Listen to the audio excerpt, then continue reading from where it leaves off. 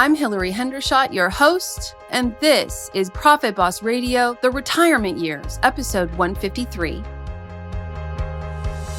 The Retirement Years on Profit Boss Radio is your weekly wealth building and retirement mastermind.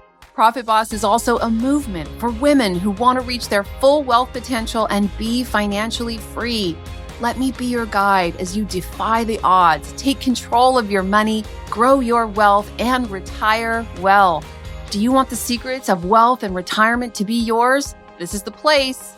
I'm Hillary Hendershot. I'm a certified financial planner running a leading advisory firm for women and couples, and I'm sharing with you real stories from real life and real people who are making it happen. Forget Wall Street. You ready? Let's do this.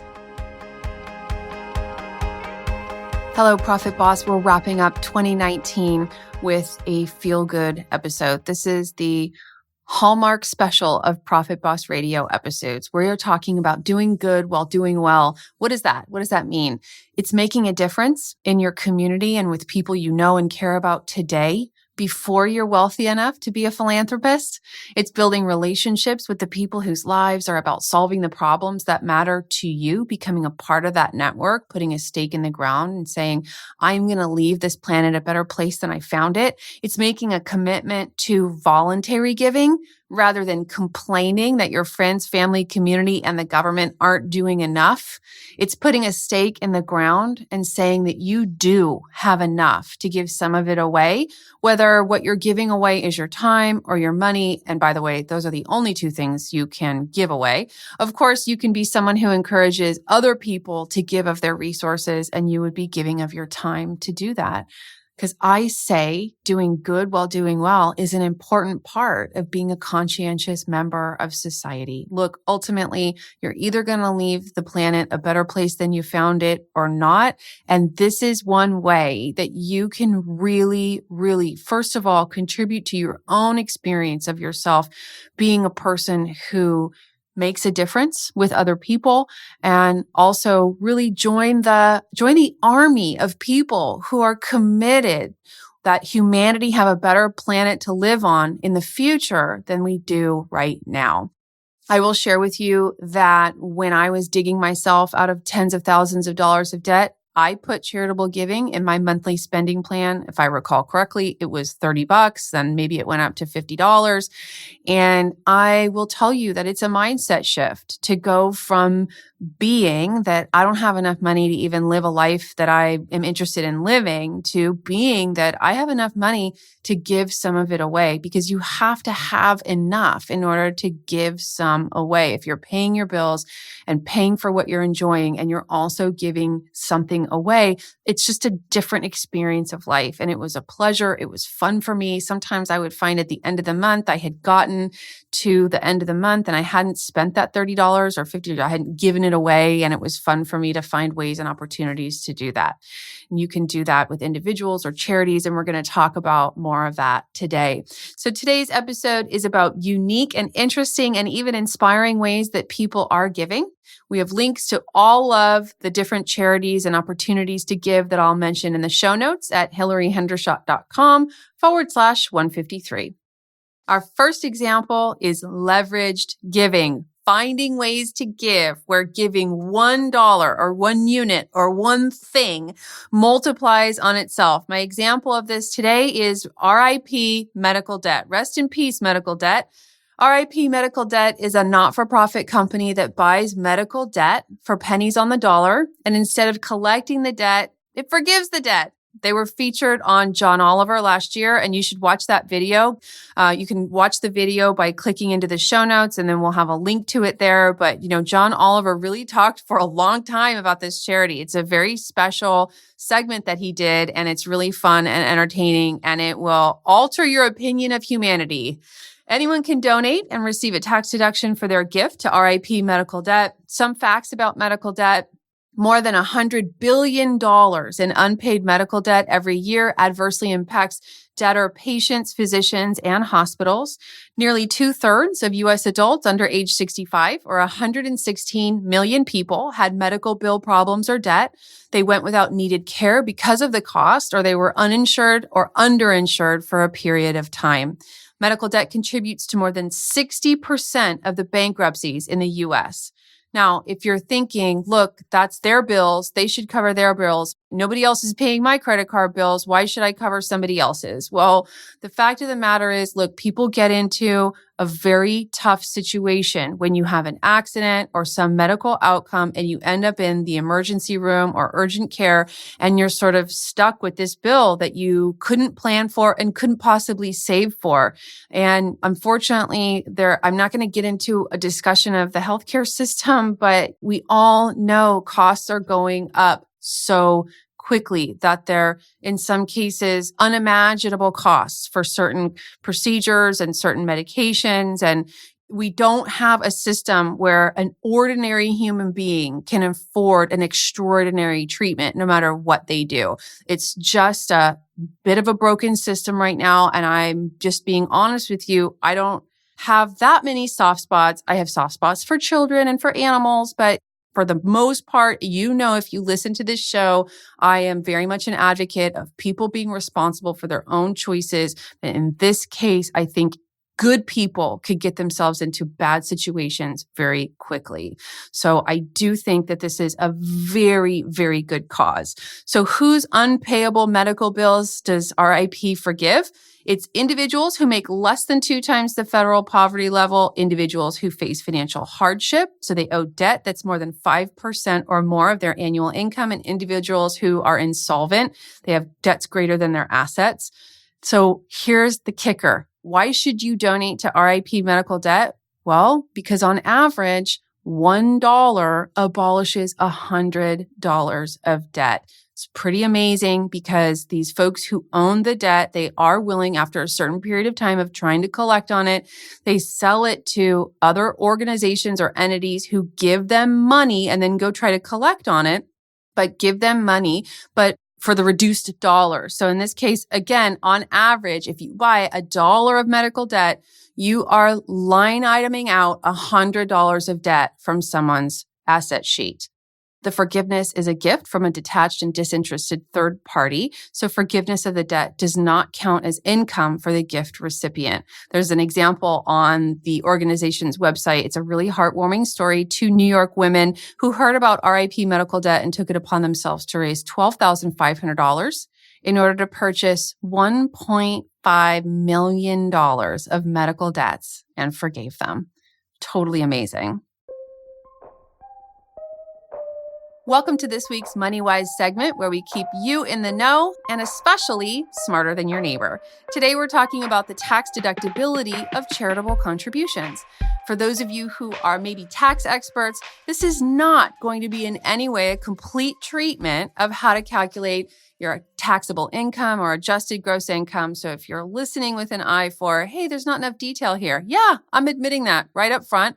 I'm trying to keep this short-ish so people keep listening. Okay, so here's the thing you need to know. You have your earned income. Let's say in your household, it's $200,000 this year.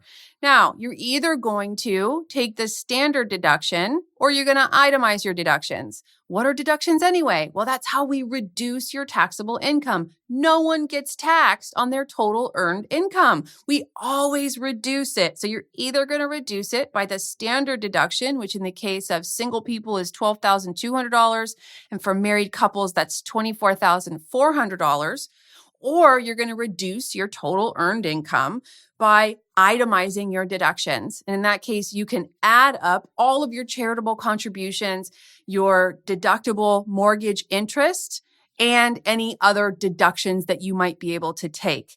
This number is lower than it has been in past years because we are now not able to deduct our state income taxes paid.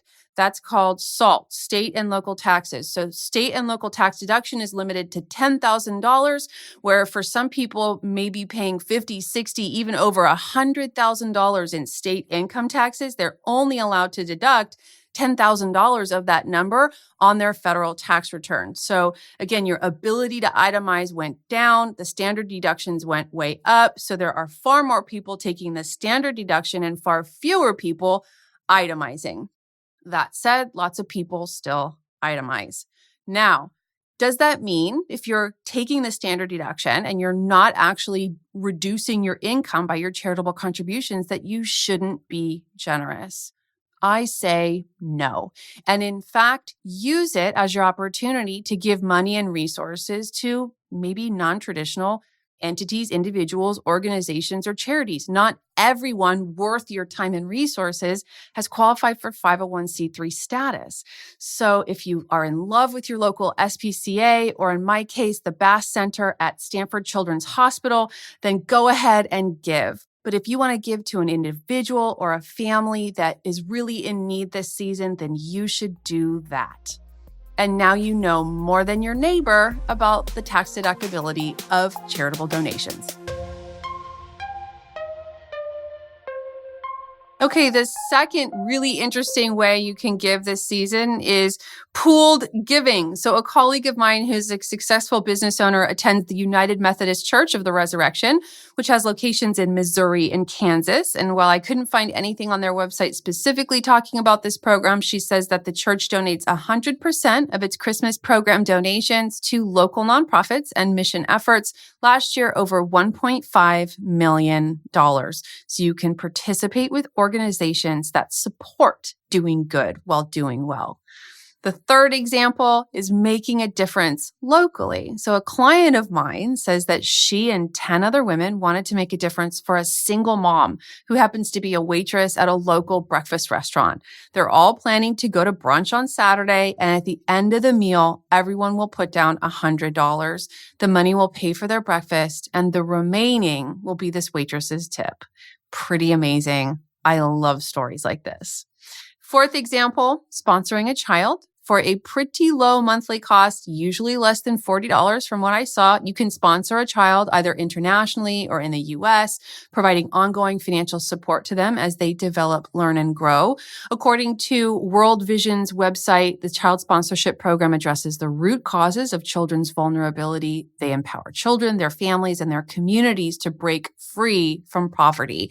They take a comprehensive and integrated approach to community development using evidence-based interventions in their programming. Some of the things these organizations are helping communities do is improve water and sanitation, health and nutrition, education, child protection, and other spiritual programs. And some of the things that they said about their programs are they're effective. Their holistic community empowering approach is helping kids and families transform their lives. So for example, kids are healthier. 89% of the severely malnourished children they treat in severe relief environments made a full recovery. They have more children have local health services. So moms and kids in Zambia are 6 times more likely to get health care when they're being supported by a program like this. Kids are thriving in school. So in Bangladesh, 68% of kids have reading comprehension versus 4% at schools without the program. And also water solutions are long lasting. A study conducted by the University of North Carolina's Water Institute found that 8 in 10 of their wells drilled in Ghana were still functioning at high levels after 2 decades. That's 33% higher than the industry average of 6 in 10. I got this example from my sister who has been sponsoring a child for many years, and I have been seeing this little girl's pictures in my sister's kitchen for many years. So we're all watching her grow up, and it's pretty fun. So some organizations you can sponsor a child through are Compassion International, World Vision, and Save the Children, just to name a few. Okay, the fifth and final kind of category I'm thinking about this season for making a difference, doing good while doing well, is making a massive concentrated difference for one thing that you really care about. I have 2 examples. In the first, a group of high school classmates from 40 years ago made a bucket list wish come true for one of their own. A 58-year-old woman named Dana Kennan is suffering from stage 4 breast cancer that has spread to her lungs and bones and all across her body. Her dying wish, quote unquote, was to go to Disneyland with someone who had never been there before so she could see it through their eyes, seeing Disneyland for the first time. Her former high school classmates rallied together and made that trip to Disneyland happen, and now they're even raising money to pay for her chemotherapy treatments, which her insurance has stopped covering. Of course, we're linking to her Facebook fundraiser in the show notes. And I'm wrapping up today's episode with our second example of this very special way to give. And that is how my husband and I were able to give $12,200 to the Bass Center at Lucille Packard Children's Hospital this year. If you listen to this podcast, you know that in October of 2018, my daughter, our, at the time, 2-year-old daughter, Harlan, was diagnosed with acute lymphoblastic leukemia. And it was very important to me this year to give back. So I started a fundraiser. I simply made a post on Facebook and I said, in honor of Harlan's 3rd birthday, which she would not have made it to without the good folks at the Bass Center. The Bass Center is the Center for Childhood Blood Diseases at Stanford Children's Hospital, which is also called Lucille Packard Children's Hospital. I wanted to raise $3,000, and then we said we would match that with $3,000. So this is leveraged giving, and it provides people a reason to give because they know if I give $100, it's actually going to turn into $200 to this charity. So with one post, I'm proud to say that we raised about $5,000. So I had to then double the number. I said, okay, we were going to match up to $3,000. Now we're going to match up to $6,000. And we were able to raise $6,200. So Robert and I wrote a check for $6,000 and we donated that. We had a big presentation ceremony at the Bass Center a couple weeks ago when Harlan was there for her most recent procedure.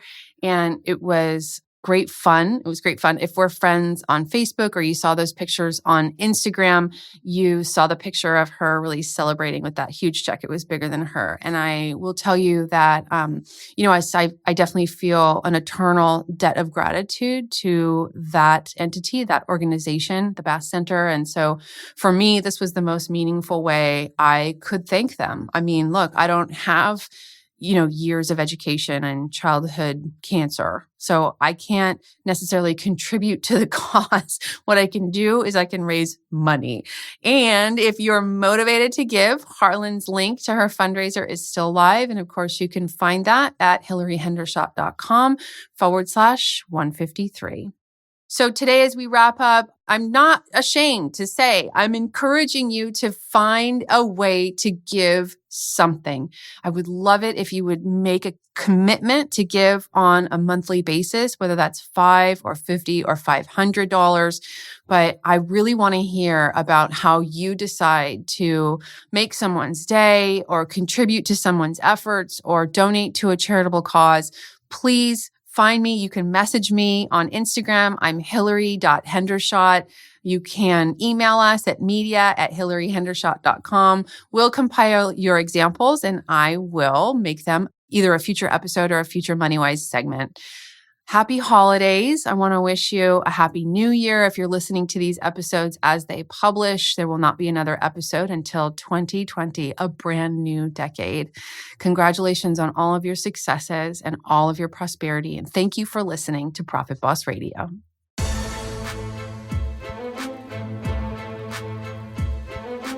Hey, Profit Boss. If after listening to today's episode, you think you might be ready to take meaningful actions with your wealth and perhaps consider working with me and my firm in some way, then I'd love to hear from you. Just go to hillaryhendershot.com/hello. That's Hillary with one L and Hendershot with 2 T's. .com/hello. When I'm not sitting behind the mic, I'm running Hendershot Wealth Management. We're a fee-only fiduciary financial advisory firm. We work with women and couples to take their finances to the next level. Everything I talk about here on the show gets personalized and put to work for my clients. So I ask you, why wait till tomorrow when you can start realizing your full wealth potential today? The life you want to live, it doesn't have to wait. Just imagine the freedom and joy you'll experience when you've secured your retirement and enjoyed the years leading up to it. That's what I want for you. That's what I do for my clients. And if that's what you want for yourself, just head on over to my website right now, hillaryhendershot.com/hello. All of our initial conversations are totally complimentary. So let's just see where a friendly conversation may lead. hillaryhendershot.com/hello.